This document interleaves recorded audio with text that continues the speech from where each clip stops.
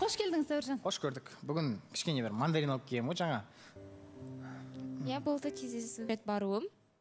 Бірақ баруымыз бір қызық болды енді. Ауырып қайтып кеткен едім ғой. Эфирден сол кезде кешкісін случайно жолығып қалғанбыз. Біз неге жұмыс бойынша Эльдармен жолыққанбыз. Сол кезде жолықтық, бірақ шығарып салып әйтеуір үйге сөйтті. Білмеймін, бір сондай момент болып қалды. Сөйтіп ертесіне сағат 2-ге ауыстырдық. Жолға шығайық енді, ол жақ қаладан жарты сағаттық жерде. 1 сағатқа жетер жетпес барып суретке түсіп қайтып қайтамыз ба деген ой болды да. Дедім да, бірден андай қалай айтсам болады, желанием кетіп қалды мүлде. Сол барғым келмей қалды бірден. Сөйтсем жүр, Зарикош, сабыр қыл кішкене. Өзіңізбен өзіңіз долданып жүрсіз бе, қалай? Иә, мен сол... Сосын мен 8:30-да жаздым 1 сағат бұрын, и примерно есептедім жарты сағат. Бұл кісі кішкене ұйықта қалды да, а мен де сол күні өзім шаршап тұрсам да азанда ерте тұрсын, 1-2 нәрсем атмен ауып қалды, короче. Сіз ол кезде ұйықтап қалғансыз ғой. Мен звондадым ғой, мен жаздым, мен ойладым уже тұрған шығар дедім. Бір-ақ рет звондаған. Шығарту үшін адам звондайды ғой, хабарласу керек. Бауырлардың номерін. Сосын бір кезде бұл кісі айтады, мен әлі бос емеспін дейді. Ол кезде уже сағат 4-те встречам бар тұғын. 4:30-да примерно. Мен құлаған кезде сөйлеп бастадым. Құлап қалдыңыз ба? Иә, бұл кісі кішкене құлады. Өзгеше ғой. Сонымен аяғым тайып кетіп, жерге отырып жатып қалдық. Құлайды екен да, короче, сразу тұрып жатқан кішкене жатады екен дейді. Жүрмеймін, жүргім келмей қалды. Сіз енді қырсығып жүрсіз ғой. Бұл бүйтеді, шыққына бар, жүгірдім да, қайтып келдім да, сосын бүйтіп қарап тұрсам, пока тұрмай. Сіз отырсыз, Зарина жатыр ұзыннан. Ол жатыр, мен телефонға жүгіріп алып келдім да. Мен де тұрмаса, мен де тұрмай тұра тұрайын дедім да. Ой, сіздер екеуіңіз де қырсық болып тұрсыз. Сөйлегісі келмеді да енді.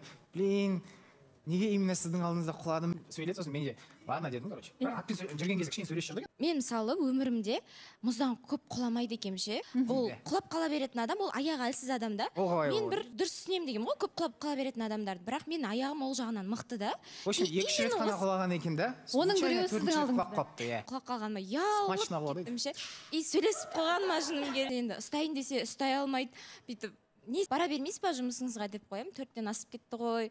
Бояндым тағы. Специально сразу шыға салмайды ғой. Мен басқа машинамен келіп тұрсам, бұл кісі машинамен келіп, 25 минут боянды машинаның ішінде. Қалайсың десем, не істеді, уже бүйтіп кетіп баратыр, сразу жүрсіңдерші енді дейді да, короче. Сондай бір кішкене қырсық екен. Сосын қырсық дедік. Негізі екеуің жеке кездессеңдер, оны ертерек байқайтын едіңіз. Жеке кездесу болды ма? Енді қашан көрсек, мобил орып болады, біресе жеке отырып бір падушам сөйлесіп, чотан бір танысайықшы, дұрыстап деген сияқты бір. Просто екеуің бір-бірлерінің жұмыстарыңды көтеріп жүрген сияқтысыңдар, просто болды.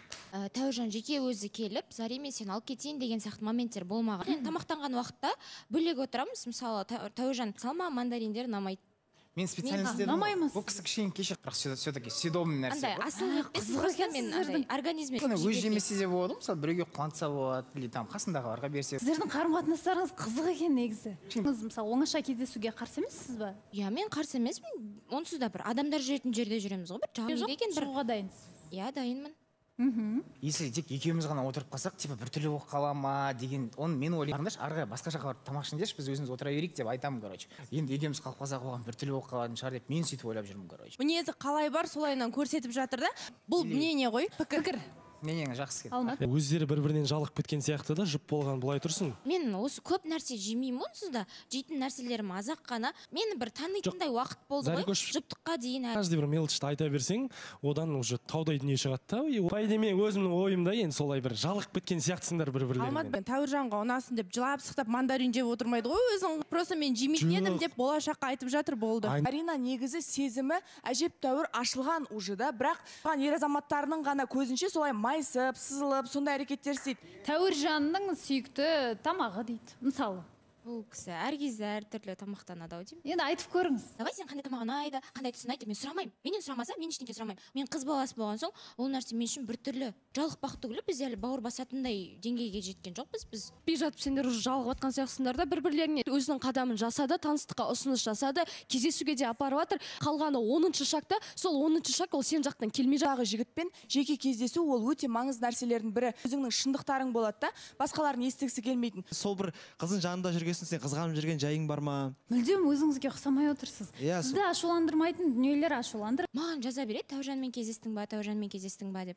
Не үшін мен досыммен маған айтпай кездесіп отырсың деген сияқты. Бірақ сол жағынан кішкене түсінбей қалдым да. Моменттерде қырсып қалдық, дұрыс та шешкен жоқпыз. Содан ары қарай жалғасып кетті. Ой, яғни сіз басқа жанмен кездестіңіз, және де сізбен кездесу болады деген күні Тәужан өзі басқа досымен кездесті. Адамдардың бары ойлап қалады, Зарина шықпады, кездесуге бармады, Эльдармен жүр. Қолдашылар ойлап қалады, анау бір нәрсе істеп қалады. Қолдашылар Менің ойымша Заринаның ойы сияқты. жоқ, енді просто соны өзінің тарапына айта берсе болады ғой. Енді қыз баласы ғой, қыз баласы астыртын жеткізгісі келеді. Жұмыспен бардық, жұмыспен түсірдік та сосын давай видео түсіре салайық деп түсірдік, болды. Болып қалды, иә? Иә, и мен астына түсем, типа, маған айтасы болды, типа, астына барып екеуі отырып алатын, и маған айтпай, и бәрі ойлайды, ойбай екеуі кино істеп жатыр деген сияқты, короче. Қызғаныш емес, просто айта салса болады ғой, хотя бы я тоже тут деп. Қызғаныш па әлде қалай? Неге менсіз кездесу менің таныстырған адам? Потому что енді ол кісі де менің 7-ші класстан бері араласатын адам ғой, просто. Сіздікі қызғаныш па жаңағы? Просто сол күні сол жаққа бара жатырмын немесе бүгін маған да айтқан жоқ біз кездесеміз деп. Мен де айтпай ақ қояйын. Бұл да маған қайда жүргенін жазбаса, мен де жазбаймын дедім да. Сіз білесіз. Сосын отырады, сосын боянады, сосын осы жерге келеді, кешке шығады. WhatsApp-та әзіл. WhatsApp-та сөйлесеміз, иә, олай. Жаңа айтылады, әңгіме болады негізі, иә? Болады. Андай күліп алам. Қалай болады? Біз ондай деңгейге келдік. Ондай отношения емеспіз, бірімізге келеді. Ондай отношенияға жеткен жоқпыз дейді да, бірақ вроде қызғанып жатқанның екеуі просто андай бір-бірін түсінбей жүрген сияқты. Енді былай айтып жатқан жаңа историясындағы қыз, ол бұрыннан араласатын қыз, мен білетін бойым ерегесетіндей дүние емес ау ол. Иә, сол. Отимын ұзақ уақыт болды ғой. Жұртқа сөз салмағаннан кейін ба, бір кішкене жалғап барып нәрсе соған сияқты негізі. Зарина, саған жалпы жұп болу үшін қанша уақыт керек негізі өзіңе? Мен осы адамыма тұрмысқа шыға аламын деген адаммен жұп болғым келеді. Мүмкін кейде ойлаймын, осы уақытқа дейін бұйырмады. Адам Тәуіржан болуы мүмкін деген ой бар ма? Ол жұптыққа бару үшін бір 70% керек ау. 20. Жоқ, Балауса ханым, негізі Мен ойлаймын, бір елуден енді асып келе жатыр деп ойлап. Сіздің ойыңызша қанша пайыз? 21. Жоқ, екеуіңіз де реалист екенсіздер, иә? Бұл кісі психологқа барған ғой. Разбор жасаған мен сыртымнан. Сол нәрсе маған ұнамай қалды.